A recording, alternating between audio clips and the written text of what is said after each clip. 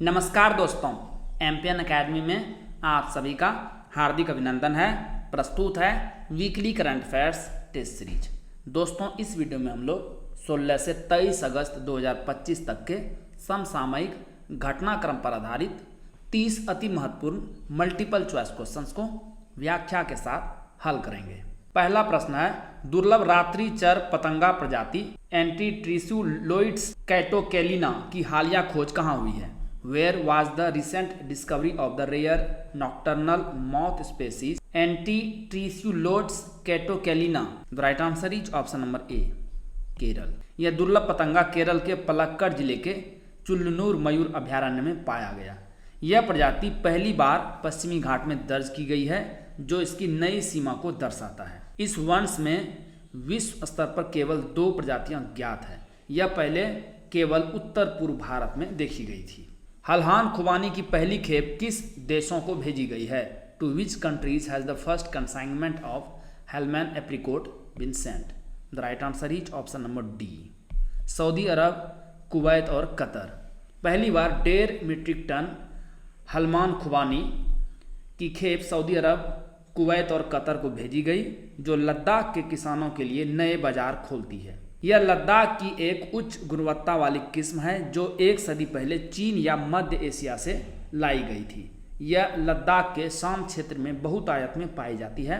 यह vitamin C, vitamin E, potassium, magnesium, iron, आहारीय fibre और एंटीऑक्सीडेंट से भरपूर है, जो स्वास्थ्य के लिए लाभदायक है। भारत का पहला पूर्णतः डिजिटल साक्षर राज्य कौन सा है? Which is India's first fully digitally literate state? The right answer is option number ए, केरल।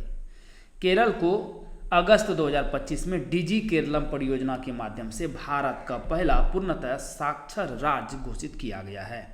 डिजी केरलम परियोजना ने वरिष्ठ नागरिकों, गृहिणियों और डिजिटल रूप से वंचित समूहों को लक्षित कर डिजिटल अंतराल को कम किया और सुशासन को बढ़ावा दिया।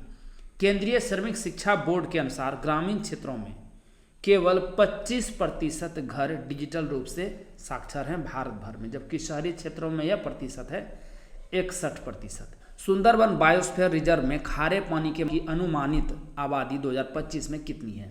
What is the estimated population of salt water crocodiles in the Sundarbans biosphere reserve in 2025? The right answer is option number B, 220 से लेकर 242। सुंदरबन विश्व का सबसे बड़ा मैंग्रोव वन है, जो बंगाल की खाड़ी के किनारे गंगा, ब्रह्मपुत्र और मेघना नदियों के डेल्टा में स्थित है। सुंदरबन का 40% हिस्सा भारत में और शेष 60% हिस्सा बांग्लादेश में है। अध्ययन के अनुसार 180 मीटर से कम चौड़ाई वाली खाड़ियाँ और नदियाँ खारे पानी के मगरमच्छों के लिए अनुकूल आवास हैं। खारे पानी के मगरमच्छ अति मांसाहारी शीर्ष शिकारी हैं, जो जल निकायों में शवों को खाकर पारिस्थितिकी तंत्र के स्वास्थ्य को बनाए रखते हैं। अति मांसाहारी शीर्ष शिकारी अपनी खाद्य श्रृंखला में शीर्ष पर होता है, जिसका कोई प्राकृतिक शत्रु नहीं होता है, और वह अपने आहार का 70% से अधिक अन्य जीवों से प्राप्त करता है। अग्नि 5 मिसाइल की मारक क्षमता कितनी है? What is the range of Agni 5 missile? The right answer is option number C, 5000 kilometre. Bharat ने परमाणु सक्षम मध्यम दूरी की बैलिस्टिक मिसाइल अग्नि 5 का सफलतापूर्वक परीक्षण 20 अगस्त को चांदीपुर, उड़ीसा में एकीकृत परीक्षण रेंज में किया। यह भारत के एकीकृत निर्देशित मिसाइल विकास कार्यक्रम के तहत विकसित एक उन्नत सतह से सतह पर मार करने वाली बैलिस्टिक मिसाइल है। अग्नि 5 की MIRV प्रौद्योगिकी इसे एक साथ कई लक्ष्यों पर हमला करने में सक्षम बनाती है, जिससे भारत, अमेरिका, रूस, चीन और फ्रांस जैसे देशों के समूह में शामिल होता है। यदि आपको 71वीं BPSC प्रीलिम्स एग्जाम के लिए करंट अफेयर्स का PDF चाहिए तो यहाँ पर जानकारी दी जा रही है। लेकिन आइए सबसे पहले जानते हैं कि एमपीएन एकेडमी ऐप ही क्यों, क्योंकि हमने करके दिखाया है। दोस्तों, सबसे पहले हम केवल करंट अफेयर्स के PDF कोर्स लाया करते थे। इसमें ऑन एन एवरेज 30 क्वेश्चंस पर एग्जाम में टैली हुआ है। उसके बाद हमने अगले फेज में diamond static GK test series launch किया, और टैली प्रश्नों की संख्या लगभग कितनी हो गई है? 46। उसके बाद पिछले साल हमने डायमंड स्टैटिक जीके नोट्स और NCERT टेस्ट सीरीज लॉन्च किया था, और टैली प्रश्नों की संख्या बढ़ के हो गई 90। तो आप देख सकते हैं 5 years 7 exams, consistency at its best, and that's MPN academy for you. इस बार हमने टैली का टारगेट रखा है 120, क्योंकि इस बार एक नया कोर्स लॉन्च हुआ है चैप्टर वाइज एमसीक्यूज, साथ में बीपीएससी पीवाईक्यूज। साल भर के करंट अफेयर्स को आप सिस्टमेटिक तरीके से केवल 18 घंटे में रिवाइज कर सकते हैं। कैसे? वीकली करंट एमसीक्यूज, इसमें आपको नेशनल और इंटरनेशनल का 50 पीडीएफ मिलेगा। एक पीडीएफ को रिवाइज करने में 6 मिनट का समय लगेगा, तो कुल 5 घंटे में इसे आप रिवाइज कर पाएंगे। Monthly current affair short notes है, नेशनल और इंटरनेशनल वर्जन का 12 पीडीएफ मिलेगा। एक पीडीएफ को रिवाइज करने में 30 मिनट, तो कुल 6 घंटे में इसे रिवाइज कर पाएंगे। और Bihar monthly current affairs MCQs और शॉर्ट नोट्स 14 पीडीएफ कुल मिलेंगे। एक पीडीएफ को रिवाइज करने में 30 मिनट, तो कुल 7 घंटे में इसे कंप्लीट कर देंगे। तो इस प्रकार से 18 घंटे में साल भर का कंटेंट आप एक बार में रिवाइज कर सकते हैं। Diamond static GK test series updated version है, ये अल्ट्रा इंपॉर्टेंट 2500 एमसीक्यूज मिलेंगे एक्सप्लेनेशन के साथ। ऐप बेस्ड 25 सेट है, एक सेट में 100 क्वेश्चंस रहेंगे। ये आपको diamond static GK notes course के साथ प्रोवाइड किया जा रहा है। डायमंड स्टैटिक जीके नोट्स में सब्जेक्ट वाइज पीडीएफ नोट्स मिलेंगे। एनसीईआरटी और स्टैंडर्ड बुक्स का यह निचोड़ है, फैक्ट्स और कंसेप्ट के साथ। इसमें आपको diagram, flow chart, pictures, tables और वन लाइनर्स मिलेंगे। कम समय में फास्ट रिवीजन आप इससे कर सकते हैं। एनसीईआरटी टेस्ट सीरीज, इसमें आपको class wise subject wise MCQs मिलेंगे। ऐप बेस्ड 100 एमसीक्यूज का 37 प्रश्नावली है, 33% नेगेटिव मार्क के साथ। इसमें आपको सभी विषय के एमसीक्यूज मिलेंगे। चैप्टर वाइज एमसीक्यूज और बीपीएससी पीवाईक्यूज का कंबाइंड कोर्स है डिस्क्रिप्शन के साथ। इसमें आपको 2 कोर्सेज मिलेंगे, chapter wise MCQs, app based real time test है, और साथ में BPSC previous year question paper PDF के रूप में 39वीं से लेकर 70वीं बीपीएससी के क्वेश्चंस आपको मिलेंगे डिस्क्रिप्शन के साथ। आपको ये पीडीएफ नोट्स और टेस्ट सीरीज मिलेगा कैसे? गूगल प्ले स्टोर पर टाइप कीजिए एमपीएन अकेडमी, वहाँ पर इस प्रकार का लोगो दिख जाएगा। ऐप को इंस्टॉल कीजिए, ओटीपी के साथ लॉगिन कीजिए और स्टोर सेक्शन में जाइए।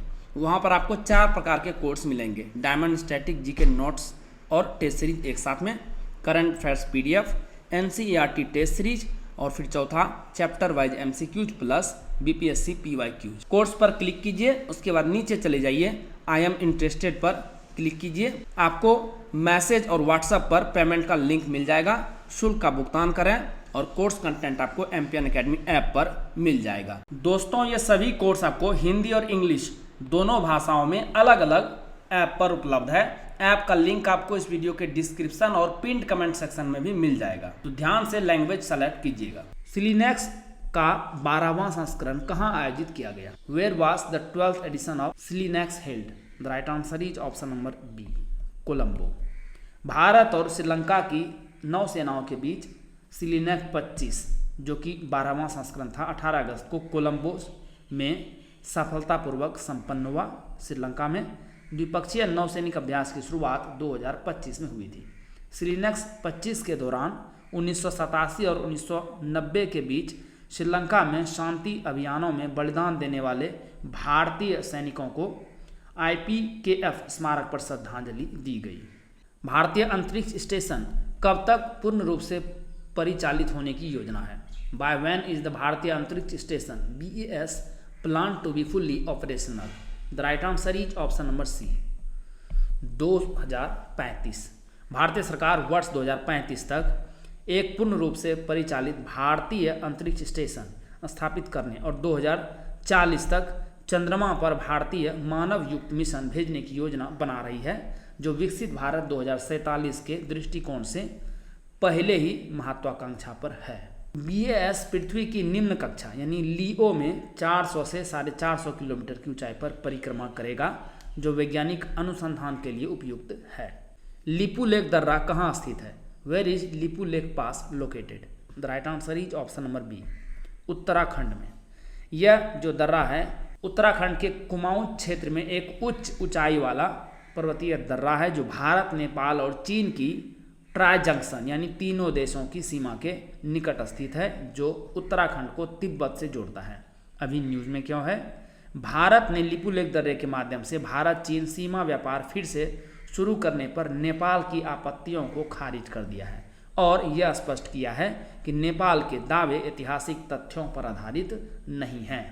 नेपाल का दावा है कि लिपू लेक इनके संविधान के अनुसार इनके क्षेत्र का हिस्सा है। भारत ने दोहराया है कि लिपू लेक दर्रे के माध्यम से सीमा व्यापार वर्ष 1954 में ही शुरू हो गया था तथा कोविड-19 के कारण हुई रुकावटों से पहले यह कई दशकों तक जारी रहा था। पीएम विकसित भारत रोजगार योजना के तहत कितने लोगों को 15,000 रुपये की सहायता राशि प्रदान की जाएगी?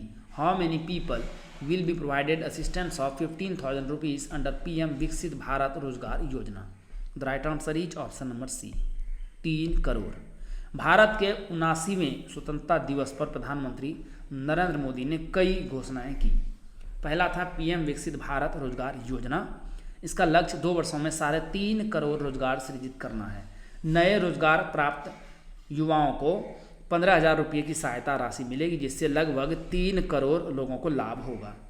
दूसरा है मिशन सुदर्शन चक्र। इसका उद्देश्य वर्ष 2035 तक स्वदेशी आयरन डोम जैसी वायु रक्षा प्रणाली विकसित करना है।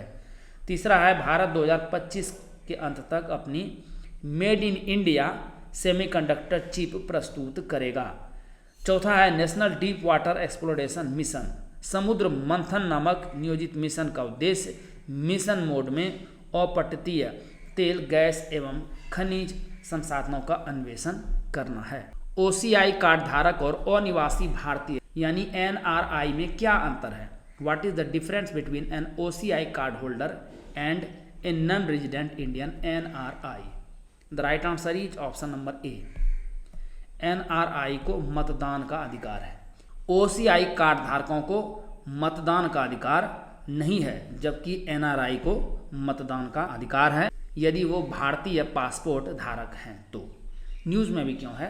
गृह मंत्रालय ने प्रवासी भारतीय नागरिक यानी overseas citizen of India OCI card रद्द करने के नियमों का विस्तार किया है, जिसके तहत यदि संबंधित कार्ड धारक को 2 वर्ष या इससे अधिक की सजा सुनाई जाती है या 7 वर्ष या इससे अधिक की सजा वाले अपराधों के लिए चार्जशीट दाखिल की जाती है तो यह कार्ड रद्द किया जा सकेगा। यह परिवर्तन नागरिकता अधिनियम 1955 की धारा 7D के खंड DA के अंतर्गत किया गया है। निम्न पृथ्वी कक्षा लियो उपग्रहों की अधिकतम ऊंचाई कितनी होती है? What is the maximum altitude of low earth orbit Leo satellite? The right answer is option number A, 2000 kilometre.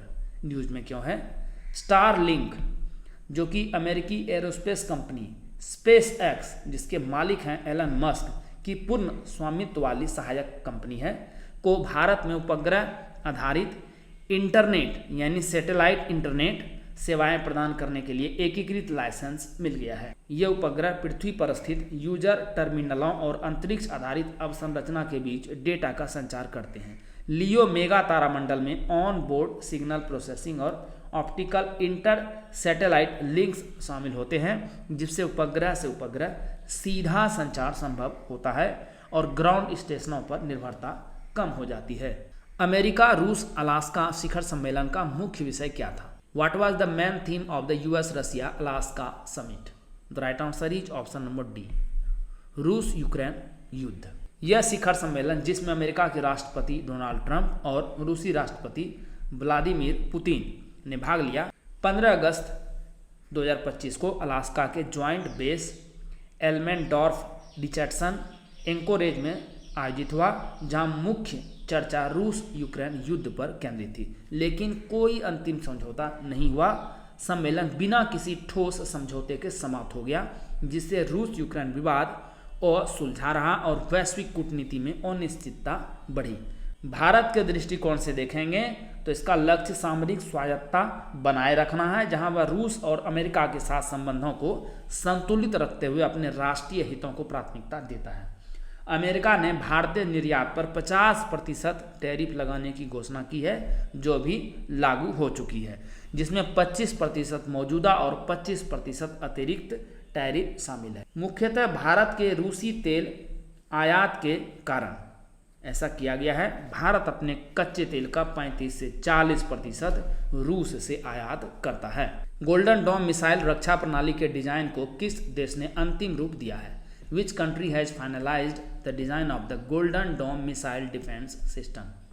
The right answer is option number C, America. यह एक उन्नत मिसाइल रक्षा प्रणाली है जिसे संयुक्त राज्य अमेरिका ने हाइपरसोनिक, बैलिस्टिक, क्रूज मिसाइलों और ड्रोन से सुरक्षा के लिए विकसित किया है। यह प्रणाली इजराइल के आयरन डोम और अमेरिका के 1983 के स्टार वॉर्स कार्यक्रम से प्रेरित है। यह प्रणाली सैकड़ों उपग्रहों के नेटवर्क का उपयोग करती है जो अंतरिक्ष आधारित सेंसर और इंटरसेप्टर से लैस है। यह प्रणाली मौजूदा अमेरिकी रक्षा प्रणालियों जैसे पैट्रियट, थार, एजिस, बीएमडी और जीएमडी को एकीकृत करती है। प्रोजेक्ट के लिए प्रारंभिक 25 बिलियन US$ का बजट आवंटित किया गया है जिसमें कुल लागत आएगी 175 बिलियन US$। डिब्रू-सैखोवा राष्ट्रीय उद्यान किस राज्य में स्थित है? In which state is Dibru-Saikhowa national park located? The right answer is option number A, Assam. यह असम के तिनसुकिया और डिब्रूगढ़ जिलों में स्थित है जो ब्रह्मपुत्र, लोहित और डिब्रू नदियों से घिरा हुआ है। अभी न्यूज में क्यों है? राष्ट्रीय उद्यान में देसी और आक्रामक पौधों की प्रजातियों के कारण महत्वपूर्ण पारिस्थितिक परिवर्तन हो रहे हैं। क्रोमलेना ओडोराटा, एगेरेटस कोनिजोइड्स, पार्थेनियम, हिस्टेरोफोरस और मिकानिया माइक्रांथा जैसी प्रजातियां देसी वनस्पतियों को प्रतिस्थापित कर देती है, घास के मैदानों को क्षति पहुंचती है और उन पर निर्भर जीव जंतुओं के लिए खतरा पैदा हो रही है। ई कोलाई बैक्टीरिया का प्राकृतिक निवास स्थल क्या है? What is the natural habitat of E coli bacteria? The right answer is option number D, मनुष्यों और पशुओं की आंतें। यह एक ग्राम नेगेटिव छड़ी आकार का बैक्टीरिया है जो मनुष्य और पशुओं की आंतों में पाया जाता है और आंतों के सूक्ष्म जीव संतुलन को बनाए रखने में मदद करता है। यह जल में मल प्रदूषण का संकेतक भी है। अभी न्यूज में क्यों है? शोधकर्ताओं ने जेनेटिकली इंजीनियर्ड एचेरिचिया कोली बैक्टीरिया को सफलतापूर्वक स्वचालित रासायनिक सेंसर में परिवर्तित कर दिया है जो रसायनों का पता लगाता है, संकेतों को संसाधित करता है और विद्युत आउटपुट उत्पन्न करता है। संपूर्ण कोशिका बायोसेंसर जैसे इंजीनियर्ड ई कोलाई पारंपरिक एंजाइम आधारित बायोसेंसर की तुलना में सस्ते, मजबूत और प्रोग्रामेबल होते हैं जो दूषित नमूनों में भी कार्य कर सकते हैं। ये बायोसेंसर जल विषाक्त पदार्थों का पता लगाने, प्रदूषण नियंत्रण और सार्वजनिक स्वास्थ्य जोखिमों की चेतावनी देने में उपयोगी है। जम्मू कश्मीर विधानसभा में राज्यपाल कितने सदस्य नामित कर सकते हैं? How many members can the governor nominate in the Jammu and Kashmir assembly? The right answer is option number C, 5। Jammu Kashmir पुनर्गठन अधिनियम 2019 संशोधित किया गया 2023 में 90 निर्वाचित सदस्यों का प्रावधान करता है और लेफ्टिनेंट गवर्नर को अधिकतम 5 सदस्यों को नामित करने की अनुमति देता है। न्यूज़ में क्यों है? गृह मंत्रालय का कहना है कि जम्मू कश्मीर के उपराज्यपाल यानी लेफ्टिनेंट गवर्नर विधानसभा में 5 सदस्यों को बिना मंत्रिमंडल की सहायता और सलाह के नामित कर सकते हैं। ध्यान में रखिएगा, राज्यसभा में केवल जम्मू और कश्मीर, दिल्ली और पुडुचेरी का प्रतिनिधित्व है क्योंकि वे निर्वाचित विधानसभा वाले एकमात्र केंद्र शासित प्रदेश हैं। सतत विमानन ईंधन SAF के लिए संभावित फीड स्टॉक में क्या शामिल है? What do potential feed stocks for sustainable aviation fuel include? The right answer is option number D, प्रयुक्त खाना पकाने का तेल यानी यूज्ड कुकिंग ऑयल। SAF के लिए फीड स्टॉक में प्रयुक्त खाना पकाने का तेल, शैवाल से प्राप्त तेल, पशु वसा, कृषि या वानिकी अवशेष और शर्करा यानी स्टार्च शामिल है। न्यूज़ में भी क्यों है? भारतीय ऑयल कॉरपोरेशन अपनी पानीपत रिफाइनरी में प्रयुक्त खाना पकाने के तेल से व्यावसायिक रूप से सतत विमानन ईंधन का उत्पादन शुरू करेगा। यह भारत का पहला SAF संयंत्र होगा और विमानन उत्सर्जन को कम करने की दिशा में एक महत्वपूर्ण कदम साबित होगा यानी ग्रीन फ्यूल। बायोएक्टिव पेप्टाइड्स मूल प्रोटीन में कैसे मौजूद होते हैं? How are bioactive peptides present in native proteins? The right answer is option number D, encrypted यानी सिग्नल्ड फॉर्म में। यह छोटी अमीनो एसिड श्रृंखलाएं होती है 2 से 20 जो पाचन के बाद भी जीवित रहती हैं और रोगाणुरोधी, एंटी हाइपरटेंसिव जैसे स्वास्थ्य लाभ प्रदान करती हैं। यह मूल प्रोटीन संरचना में एनक्रिप्टेड रूप में मौजूद होते हैं और पाचन, किण्वन या प्रसंस्करण के दौरान एंजाइमों द्वारा मुक्त हो जाते हैं। अभी न्यूज में क्यों आया है यह? एक अध्ययन में पाया गया है कि पारंपरिक किण्वित यानी फर्मेंटेड खाद्य पदार्थों से प्राप्त बायोएक्टिव पेप्टाइड्स विशेष जनसंख्या समूहों की आवश्यकताओं के अनुसार स्वास्थ्य लाभ प्रदान कर सकते हैं। यह खोज भारत में व्यक्तिगत पोषण यानी पर्सनलाइज्ड न्यूट्रिशन के क्षेत्र में नए अवसर खोलती है। मन्नार की खाड़ी कहाँ स्थित है? Where is gulf of Mannar located? The right answer is option number B, Bharat के दक्षिण पूर्वी तट। यह हिंद महासागर में लक्षद्वीप सागर का एक हिस्सा है जिसमें 21 द्वीप हैं। यह भारत के दक्षिणी पूर्वी तट और श्रीलंका के उत्तर पश्चिमी तट के बीच स्थित है। इसकी सीमा रामेश्वरम, राम सेतु पुल जिसे एडम्स ब्रिज भी कहा जाता है और मन्नार द्वीप यानी श्रीलंका से लगती है। इसमें ताम्रपर्णी भारत और अरूवी श्रीलंका जैसी नदियां बहती है। न्यूज़ में भी क्यों है। तमिलनाडु की मन्नार की खाड़ी जो जलवायु परिवर्तन और कोरल ब्लीचिंग से गंभीर रूप से प्रभावित हुई है ने कृत्रिम प्रवाल भित्ति यानी आर्टिफिशियल रीफ पुनर्स्थापन की प्रक्रिया अपनाई है। खान और खनिज विकास और विनियमन संशोधन विधेयक 2025 में कैप्टिव माइंस के लिए क्या प्रावधान है? What is the provision for captive mines in the mines and minerals development and regulation amendment bill 2025? The right answer is option number ए, 50% बिक्री सीमा को हटा दिया गया है। इसके बाद अंतिम उपयोग के बाद अप्रतिबंधित बिक्री संभव होगी। यह विधेयक क्रिटिकल मिनरल्स के उत्पादन को बढ़ाने और नेशनल क्रिटिकल मिनरल मिशन के तहत सतत शून्य अपशिष्ट खनन को प्रोत्साहित करने के लिए पारित किया गया है। गहराई में स्थित खनिजों के लिए लीज क्षेत्रों में एक बार के विस्तार की अनुमति खनन पट्टों के लिए 10% और कंपोजिट लाइसेंस के लिए 30% तक कर दी गई है। सभासार AI टूल किस प्लेटफॉर्म के साथ एकीकृत है? सभासार AI tool is integrated with which platform? The right answer is option number ए, भाषिनी। केंद्रीय पंचायती राज मंत्रालय ने सभासार AI टूल लॉन्च किया है जो ग्राम सभा की वीडियो और ऑडियो रिकॉर्डिंग से स्वतः ही बैठक के कार्यवृत्त यानी मिनट्स ऑफ मीटिंग तैयार कर लेता है। भाषिनी प्लेटफॉर्म के साथ एकीकृत यह हिंदी और अंग्रेजी सहित 13 भारतीय भाषाओं में बहुभाषी लिप्यंतरण और अनुवाद प्रदान करता है। इसे सबसे पहले त्रिपुरा में शुरू किया गया था। रेयर अर्थ मैग्नेट मुख्यतः किन तत्वों से बनाए जाते हैं? What elements are rare earth magnets mainly made from? The right answer is option number D, neodymium, praseodymium और डिस्प्रोसियम। ये चुंबक मुख्यतः दुर्लभ मृदा तत्वों से बनाए जाते हैं जो अक्सर नियोडीमियम, आयरन, बेरोन मिश्र धातु में उपयोग होते हैं। न्यूज़ में क्यों है?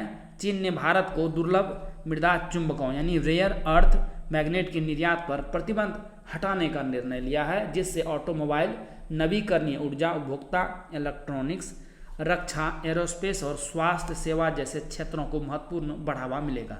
रेयर अर्थ मैग्नेट वाणिज्यिक रूप से उपलब्ध सबसे मजबूत अस्थायी चुंबक होते हैं जो उच्च चुंबकीय शक्ति और डीमैग्नेटाइजेशन के प्रतिरोध के लिए जाने जाते हैं। सहरिया जनजाति को अन्य किन नामों से जाना जाता है? By what other names is the Sahariya tribe known? The right answer is option number D, Sehar, Sair, Sawar, सावनारा, सहरा। सहरिया को PVTG के रूप में वर्गीकृत किया है जो इन्हें सबसे अधिक वंचित समुदायों में से एक बनाता है। इनकी जनसंख्या लगभग 6 लाख है जो मध्य प्रदेश, राजस्थान, उत्तर प्रदेश आदि राज्यों में फैली हुई है। अभी न्यूज में क्यों है? एक हालिया आनुवांशिक अध्ययन में मध्य भारत की सहरिया जनजाति में क्षय रोग यानी TB की उच्च दर के पीछे एक संभावित आनुवांशिक संबंध पाया गया है जैसे मातृ हैप्लोग्रुप N5 और X2। स्लिट आई शार्क की पहली बार खोज कहाँ हुई है? Where has the slit eye shark been first discovered? The right answer is option number D, great Chagos bank. Slit I shark को पहली बार ग्रेट चागोस बैंक दुनिया के सबसे बड़े प्रवाल द्वीप में रिकॉर्ड किया गया है। यह खोज चागोस द्वीप समूह की जैव विविधता को उजागर करती है।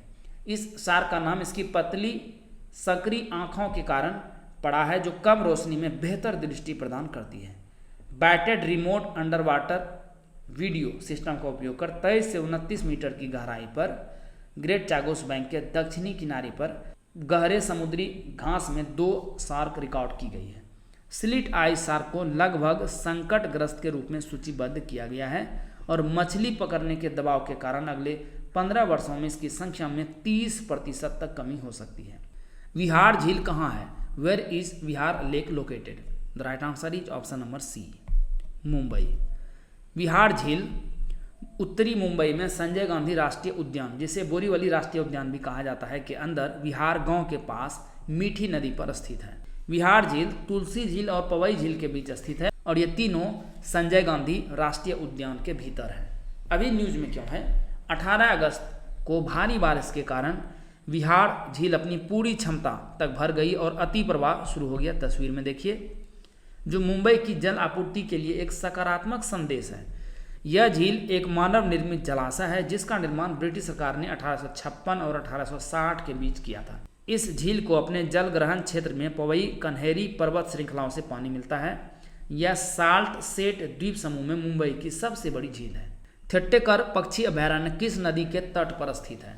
The Thattekad bird sanctuary is situated on the banks of which river? The right answer is option number B, Periyar नदी। पक्षी अभयारण्य पेरियार नदी के उत्तरी तट पर लगभग 25 वर्ग किलोमीटर क्षेत्र में फैला हुआ है और इसे डॉक्टर सलीम अली पक्षी अभयारण्य भी कहा जाता है। अभयारण्य को 1983 में डॉक्टर सलीम अली की सिफारिश पर अधिसूचित किया गया था, जिसे केरल का पहला पक्षी अभयारण्य माना जाता है। अभी न्यूज में क्यों है? हाल ही में थट्टेकट पक्षी अभयारण्य में हुए जीव सर्वेक्षण में 9 नई प्रजातियों को जैव विविधता जांच सूची में जोड़ा गया है, जिससे अभयारण्य की प्राकृतिक समृद्धि और बढ़ गई है। अभयारण्य में 270 से अधिक पक्षी प्रजातियों की पहचान की गई है। शेप ऑफ मोमो फिल्म को विजन सेक्शन में किस अंतर्राष्ट्रीय फिल्म महोत्सव के लिए चुना गया है?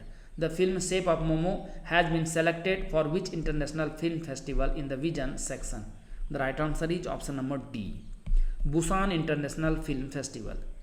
यह जो फिल्म है शेप ऑफ मोमो, त्रिवेणी राय सिक्किम के हैं की पहली फीचर फिल्म है और यह जो फिल्म फेस्टिवल है यह एशिया के सबसे बड़े और प्रतिष्ठित फिल्म महोत्सवों में से एक है।